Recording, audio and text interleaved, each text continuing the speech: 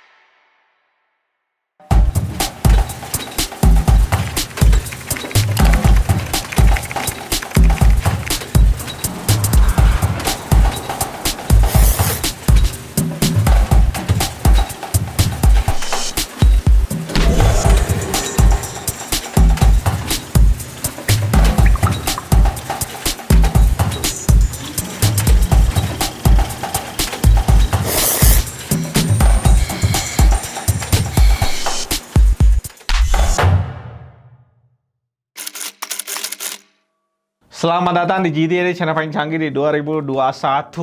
Monitor ini udah beberapa kali ya gue mention sebelumnya karena gue excited banget saat AOC berani klaim dirinya sendiri 4K Master.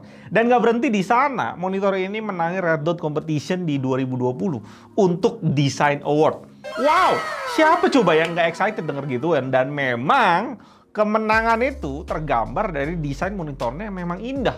Dari bentukan sih kita udah sering lihat sebenarnya, menebal di tengah-tengah, sisa itu tipis. Cuma di sini tambahan tekstur dan lekukan-lekukan pemanis yang membuat monitor ini punya keunikan sendiri. Bahan yang dipakai seperti karbon garis-garis gitu. Menariknya pas lu sentuh ini lu bisa rasain tekstur garis-garisnya itu. Cakep banget, feel-nya kerasa mewah. Dipadu lagi dengan warna silver gelap dari bodi sampai kakinya, ada aksennya. Dan ini full metal semua sampai ke stand-nya yang dibungkus lagi dengan plastik tebal. Dengan kualitas super berat kayak gini, untuk ergonomik stand-nya sangat mulus dan kokoh pas kita mainin. Cuma memang karena kaki yang dikasihnya di desainnya ini terbilang tipis, tiap kali kita mainin swivel atau tilt-nya, ya panel monitornya gak goyang-goyang. Semua demi desain. Dan yang paling penting tentunya bagian panel depannya. Tanpa adanya bezel plastik sama sekali membuat monitor ini perfect banget untuk dipandang lama-lama. Nyaman terus dan kayaknya mata nggak ada yang ngeganggu gitu ya.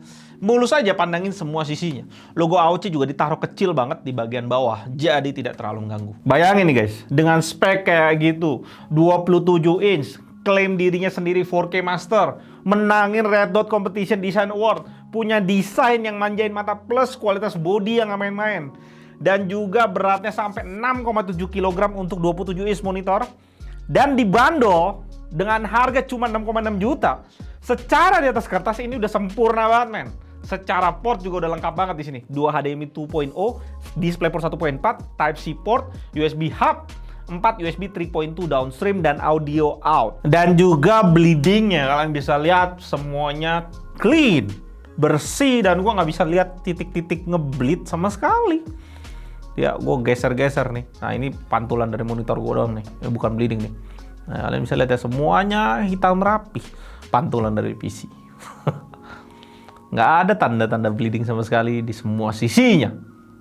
Setelah kalian lihat itu semua, cuma ada satu hal lagi yang perlu dia penuhin, yaitu keakuratan warnanya, supaya kita bisa sama-sama benar-benar mengkonfirmasi klaimnya dia 4K Master. Tapi apakah benar-benar dia akurat? Secara color gamut monitor ini cukup oke, walaupun nggak sesuai klaim di websitenya yang 90% NTSC.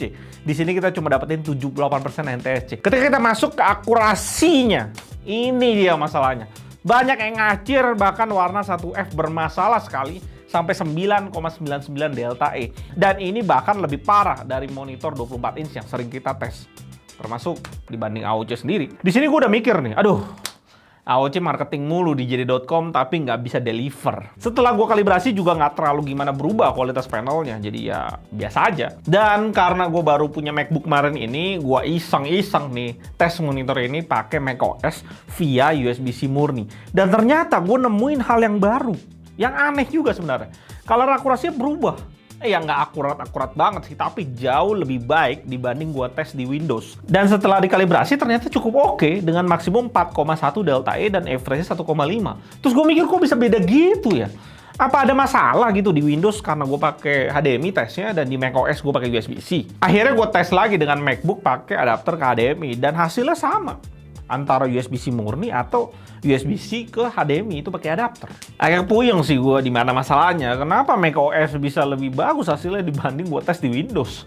Apa mungkin monitor ini buat macOS? Dan nggak cuma keakuratan warna yang berbeda, brightness pun hasilnya beda. Di macOS maksimalnya cuma 300 nits, tapi di Windows bisa sampai 400 nits lebih. Puyeng. Kalau kalian tahu jawabannya bisa bantu gua di kolom komentar di bawah. Berikutnya kita coba bandingin dengan monitor sekelas ya. Secara color gamut sebenarnya udah oke ketika gue bandingin dengan Dell P2721Q USB-C 4K 27 inch. Untuk brightnessnya, AOC unggul dengan 400 nits lebih dengan kontras yang udah cukup bagus di 1140/1. Kerapihan warna AOC agak off hasilnya karena banyak titik yang udah lebih dari 2 delta E, ini nggak akurat. Bahkan ada titik yang sampai 5,6 delta E. Dell lebih baik dalam hal ini. Keakuratan warnanya seperti yang kita udah lihat tadi, AOC ini kacau hasilnya karena banyak warna yang udah ngacir tinggi-tinggi. Dan tentunya Dell lebih unggul karena hasilnya lebih akurat. Setelah dikalibrasi, Dell P2721Q ini makin perfect dengan average-nya akurat banget, cuma 0,97 delta E. Harganya seperti tadi gue bilang di 6,6 juta rupiah kalau kita berpatokan dengan harga di China sana di 2.999 RMB. Dan dengan harga segitu sebenarnya AOC ini udah bagus banget secara harga kalau kita bandingin dengan monitor 4K USB-C yang ada di pasaran. Cuma ya keakuratan warnanya itu yang kacau seperti yang kita lihat tadi. Ya, itu hasil pembahasan kita untuk monitor 4K Master yang tidak sesuai dengan klaimnya di JD.com. Thank you juga untuk AOC Indonesia yang udah percayain ke kita untuk tes sampel monitor ini sebelum monitor ini launching ke Indonesia.